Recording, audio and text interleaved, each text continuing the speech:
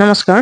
আজি আপোনালোকৰ সৈতে মই আলোচনা কৰিম মেথছত আপোনালোকৰ কাট অফ কিমান যাব পাৰে। বহুতো ছাত্ৰ ছাত্ৰীয়ে হোৱাটছএপ যোগে মেছেজ কৰিছিলে যে মেথছত কাট অফ কেনেকুৱা যাব পাৰে সেই বিষয়ে এটা ডিটেইলছ ভিডিঅ' বনাবলৈ, যাৰ কাৰণে মই এই ভিডিঅ'টো লৈ আহিছোঁ। আশা কৰিম আপোনালোকৰ ভিডিঅ'টো চাই ভাল লাগিব, আৰু ভিডিঅ'টো চাই যদি ভাল লাগে তেনেহ'লে নিশ্চয় চেনেলটো ছাবস্ক্ৰাইব কৰি দিব, লগতে নিজৰ বন্ধু বান্ধৱীৰ লগত শ্বেয়াৰ কৰি দিব।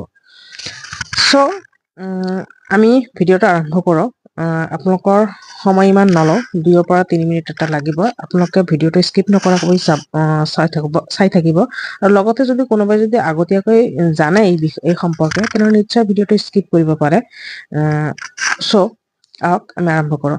প্ৰথমতে আপোনালোকৰ কৈ দিওঁ, আপোনালোকৰ মেথছৰ কিন্তু পদৰ সংখ্যা আছে আপোনালোকৰ 1766, অৰ্থাৎ মেথছৰ কিন্তু ইমানো কম পোষ্ট নহয় যে আপোনালোকৰ কাট অফ বেছি যাব।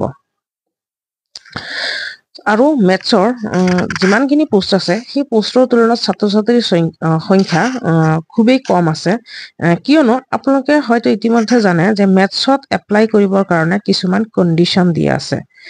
সকলোৱে মেথছৰ কাৰণে মেথছৰ টিচাৰ হ'বৰ কাৰণে এপ্লাই কৰিব নোৱাৰে, যাৰ কাৰণে আপোনালোকৰ কাট অফখিনি কম যোৱাৰ সম্ভাৱনা আছে। আৰু আপোনালোকে জানে যে যদি মেথছৰ কাৰণে অকল ছায়েন্সত পঢ়িলেই, অকল BSc পাছ, BSc বা MSc পঢ়িলেই যদি এপ্লাই কৰিব পাৰিলেহেঁতেন, তেনেহ'লে ছায়েন্সৰ আৰু বেলেগকে পোষ্ট দিয়া নাথাকিলেহেঁতেন, অৰ্থাৎ মেথছৰ বেলেগকে দিয়া নাথাকিলেহেঁতেন।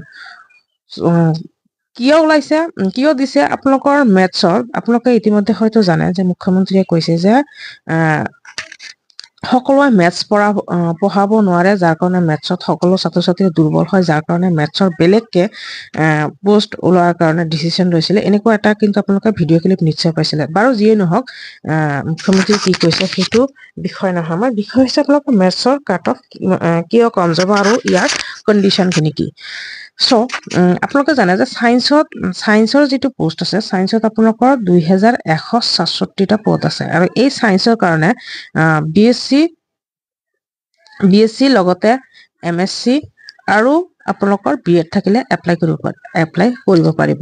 ছায়েন্সৰ কাৰণে কৈছোঁ, ছায়েন্সৰ যিকেইটা পদ আছে তাৰ কাৰণে কৈছোঁ। কিন্তু আপোনালোকৰ মেথছৰ কাৰণে যিটো আছে, মেথছৰ কাৰণে যিকেইটা পোষ্ট আছে, সেই মেথছৰ পোষ্টখিনি কিন্তু অকল ছায়েন্সত পঢ়িলেই আপোনালোকে এপ্লাই কৰিব নোৱাৰে। তাতে কিছুমান কণ্ডিশ্যন আছে। এই কণ্ডিশ্যনখিনি হৈছে, প্ৰথম কথা হৈছে আপোনালোকৰ মেথছৰ কাৰণে যদি আপোনালোকে এপ্লাই কৰিব বিচাৰিছে, তেনেহ'লে BScত আপোনালোকৰ মেথ থাকিব লাগিব, মেথ মেজৰ লৈ পঢ়িব লাগিব, তেনেহ'লে আপোনালোকে মেথছৰ কাৰণে এপ্লাই কৰিব পাৰিব।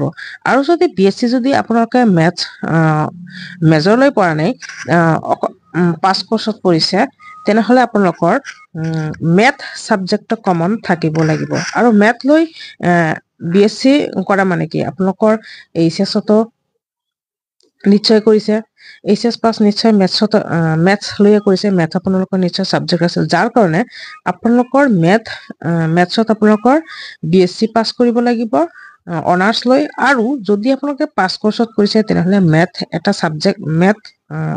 মেথ ছাবজেক্টটো আপোনালোকৰ কমন থাকিবই লাগিব, লগতে আপোনালোকৰ MSc থাকিব লাগিব, আৰু B.Ed এইটোতো জানে, এইটো আপোনালোকৰ প্ৰফেশ্যনেল কৰ্চ হয়।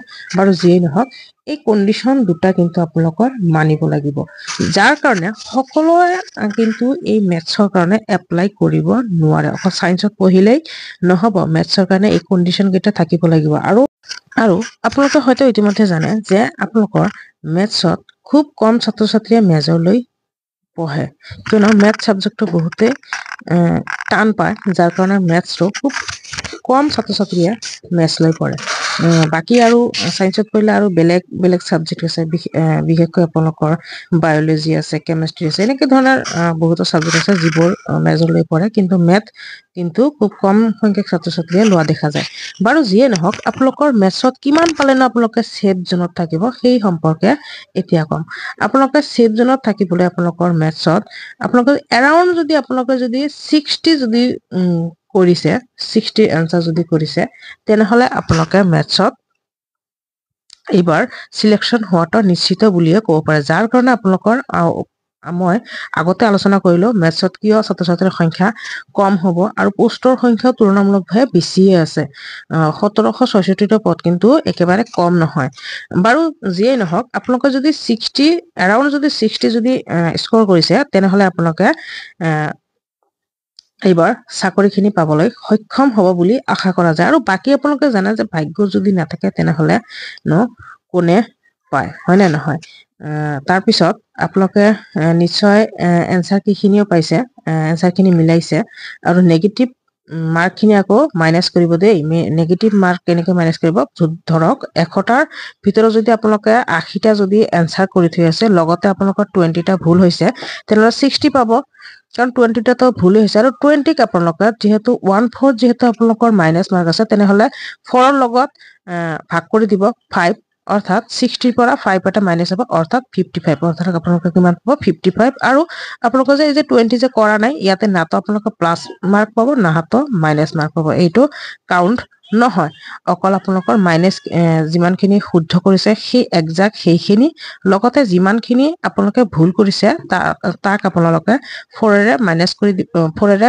ভাগ কৰি দিব আৰু ভাগ কৰাৰ পিছত যিটো আপোনালোকে ভাগ পাব সেইখিনিৰে এই মেইন যেটো আপোনালোকে স্কোৰ কৰিছে তাৰ পৰা আপোনালোকে অৰ্থাৎ আপোনালোকে যিমানখিনি শুদ্ধ কৰিলে তাৰ পৰা আপোনালোকে মাইনাস কৰি দিব সেইটোৱে হৈছে আপোনালোকৰ এক্সাক্ট নম্বৰ আপোনালোকে এই ইমানখিনি কৰি আপোনালোকে নিজৰ এনসাৰ খিনি মিলাই লব আৰু যদি আপোনালোকে যদি জেনাৰেলৰ কাৰণে কৈছো জেনাৰেলৰ কাৰণে যদি আপোনালোকে 60 প্লাস কৰিছে তেনেহলে আপোনাৰ চাকৰি পোৱাটো এবাৰ নিশ্চিত বুলিয়ে ক'ব পাৰি আৰু আপোনালোকে জানে যে ওবিসি এসসি কাৰণে আপোনালোকে -2 ৰ পৰা -5 এটা কৰি লব কাৰণ ওবিসি এসসিৰ কাৰণে অলপ কমে যায় কিন্তু এতিয়া কিন্তু বহুত আপগ্ৰেড হৈ গল সকলোৱে এতিয়া ওবিসি এসসিৰ ক্ষেত্ৰতো কিন্তু কেতিয়াবা জেনাৰেলৰ সমানে কাট অফ যোৱা দেখা গৈছে সো আপোনালোকৰ আৰু কোনটো সাবজেক্টৰ ওপৰত ভিডিও লাগে নিশ্চয় জনাব কমেন্ট বক্সত জনাব মই ডিটেইলছ ভিডিও লৈ অহাৰ চেষ্টা কৰিম নিশ্চয় সো আজিৰ কাৰণে ইমানেই ধন্যবাদ